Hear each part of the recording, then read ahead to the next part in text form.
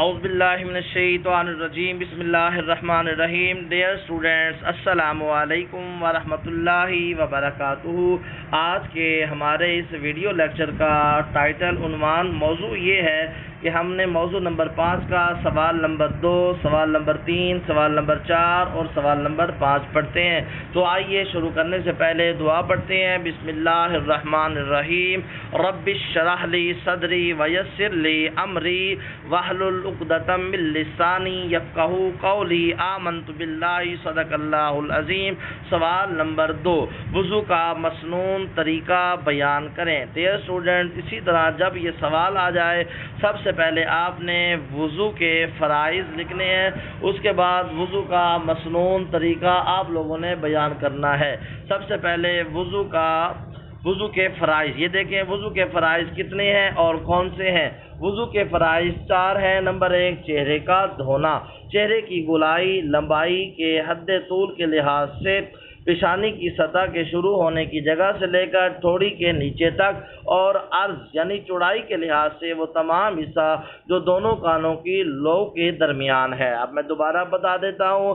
اس کا جو لمبائی ہے، جہاں سے آپ کے پیشانی کے بال شروع ہو رہے ہیں وہاں سے آپ نے شروع کرنا ہے اور تھوڑی کے نیچے تک، اور اس کی چوڑائی ایک کان کی لو سے لے کر دوسرے کان کی لو تک. دوسرا فرض، دونوں ہاتھوں کا کوہنیوں تک دھونا. نمبر 3، چوتھائی سر کا مسح کرنا. نمبر 4، پاؤں کا ٹخنوں سمیت دھونا. یہ آپ نے وضو کرنے کے طریقے سے پہلے لازمی لکھنا ہے. اس کے بعد ڈیئر اسٹوڈنٹس آپ آ جائیں وضو کا مسنون طریقہ. مسنون طریقے سے مراد یہ ہوتا ہے کہ اس کا سنت طریقہ کیا ہے. وضو کا مسنون طریقہ حسب ذیل ہے. سب سے پہلے آپ نے نیت کرنی ہے، اس کے بعد بسم اللہ الرحمن الرحیم پڑھ لیں. اس کے بعد یہ جو طریقہ لکھا ہوا ہے یہ آپ کی ٹیکسٹ بک کے مطابق 9 چیزیں ہیں. اگر اس میں 3-4 چیزیں اور ایڈ کر دیں، جس طرح بسم اللہ الرحمن الرحیم پڑھنا، نیت کا کرنا، تو یہ بڑھ جاتی ہیں. فی الحال آپ یہ یاد کریں. نمبر 1، اچھی طرح ہاتھوں کو دھونا. نمبر 2، 3 بار کلی کرنا. نمبر 3، 3 بار ناک میں اچھی طرح پانی ڈالنا. نمبر 4، چہرے کی پیشانی کے بالوں سے ٹھوڑی کے نیچے تک اور ایک کان کی لو سے دوسری کان کی لو تک اچھی طرح دھونا.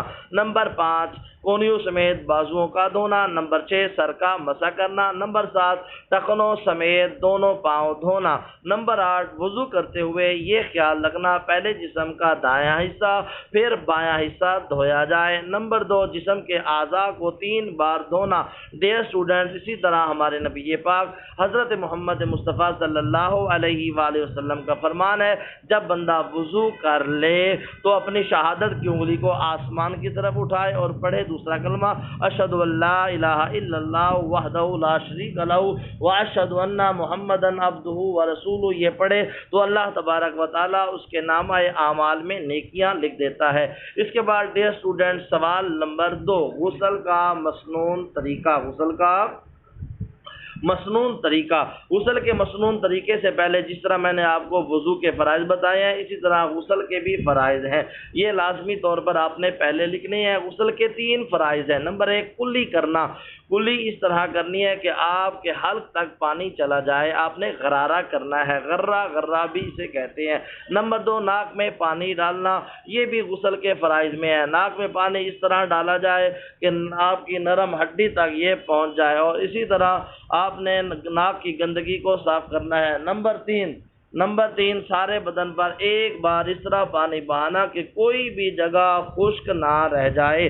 یہ غسل کے فرائض ہیں. اس کے بعد ڈیئر اسٹوڈنٹس آپ نے غسل کرنے کا مسنون طریقہ لکھنا ہے. غسل کرنے کا مسنون طریقہ لکھنا ہے.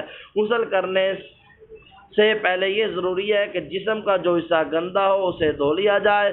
اس کے بعد اگر ہو سکے تو وضو کر لینا بہتر ہے، وگرنہ 3 بار اس طرح کلی کریں کہ حلق تک پانی پہنچ جائے. اس طرح 3 بار ناک میں پانی ڈالیں، نرم ہڈی تک پہنچائیں، ناک کو صاف کریں. آخر میں پورے جسم پر 3 بار پانی بہایا جائے اور جسم کو اچھی طرح مل کر صاف کر لیا جائے. غسل کی احتیاطی تدابیر. مرد اور عورت کے ضروری ہے مرد اور عورت کے لیے ضروری ہے کہ اس طرح نہائے کہ جسم کا کوئی بھی حصہ اور کوئی بال خشک نہ رہے۔ غسل کے دوران پانی اعتدال سے استعمال کیا جائے، یعنی جتنا ضرورت ہو اتنا استعمال کیا جائے، غیر ضروری طور پر پانی ضائع نہ کیا جائے۔ پردے میں نہایا جائے۔ غسل کرتے وقت باتیں کرنا، گنگنانا منع ہے۔ اکثر بچوں کی عادت ہوتی ہے کہ وہ جب غسل خانے میں جاتے ہیں تو اونچی آواز میں گنگناتے ہیں، ایسا کرنے سے گناہ ہوتا ہے۔ غسل کرنے کی مسنون صورتیں، مسنون سے مراد سنت کیا ہے؟ سنت صورتیں کون سی ہیں؟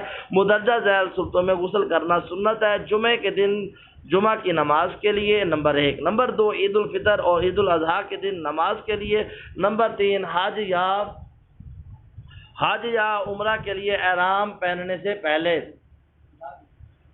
یوم عرفہ، حج کے دن زوال کے بعد غسل کرنا سنت ہے۔ اس کے بعد ڈیئر اسٹوڈنٹس، آپ کے سامنے سوال نمبر 4، طہارت کے بارے میں ایک آیت اور حدیث پاک بیان کریں۔ اسی طرح اگر یہ لانگ کوشچن آ جائے، آپ نے سب سے پہلے طہارت کا لغوی معنی، طہارت کا اہمیت یہ لکھنی ہے، اس کے بعد یہ آیت کریمہ آپ لکھ دیں: وَثِيَابَكَ فَطَهِّرْ وَالرُّجْزَ فَاهْجُرْ، اپنے کپڑوں کو پاک رکھ اور ناپاکی سے دور رہ۔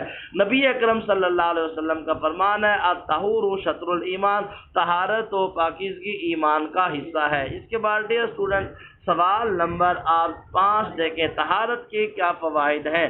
نمبر 1، طہارت کا مفہوم۔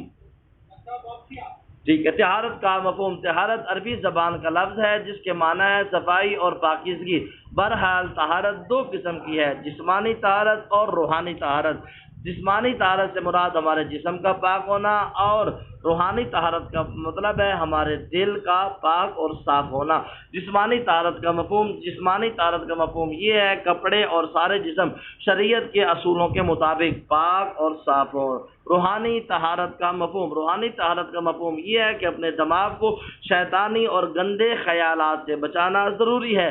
جب تک سوچ پاک نہ ہو اس وقت تک دل پاک نہیں ہوتا، اس لیے اپنی سوچ کو، اپنے خیالات کو پاک رکھیں۔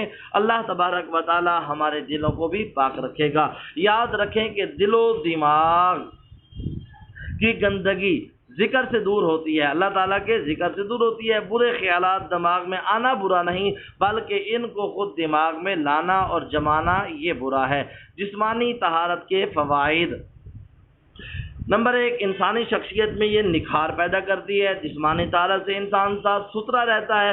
نہانے سے اور صاف ستھرے کپڑے پہننے سے انسان کی شخصیت میں نکھار پیدا ہوتا ہے۔ اس کے بعد آئیں اس کی دوسری ہیڈنگ کی طرف: صفائی صحت کی ضامن۔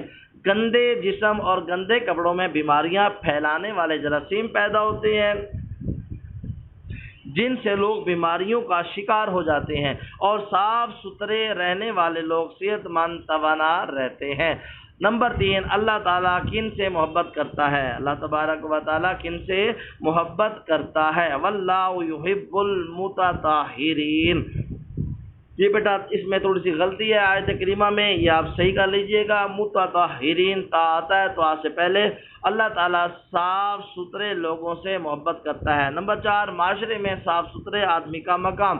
معاشرے کے لوگ صاف ستھرے آدمی سے بات کرنا اور اس کے پاس بیٹھنا اور اس سے اپنے پاس بٹھانا پسند کرتے ہیں۔ نمبر 5، صفائی عبادت کی قبولیت کے لیے بنیادی شرط ہے۔ رسول اکرم صلی اللہ علیہ وسلم نے فرمایا: بے شک اللہ تعالیٰ طہارت اور صفائی کے بغیر عبادت قبول نہیں کرتا۔ نمبر 6، صفائی ایمان کا حصہ ہے۔ رسول اکرم صلی اللہ علیہ وآلہ وسلم نے فرمایا: طہارت اور صفائی ایمان کا حصہ ہے۔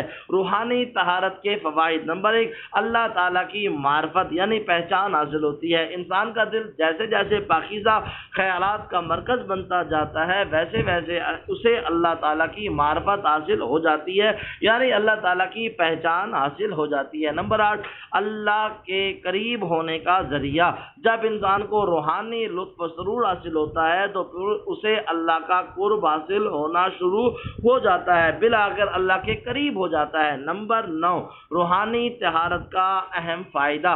روحانی طہارت کا اہم فائدہ یہ ہے: نماز اور روزے میں یہاں تک کہ ہر عبادات میں لطف و سرور حاصل ہوتا ہے۔ اللہ تبارک و تعالی ہمیں دین اور دنیا میں کامیابی عطا فرمائے، آمین۔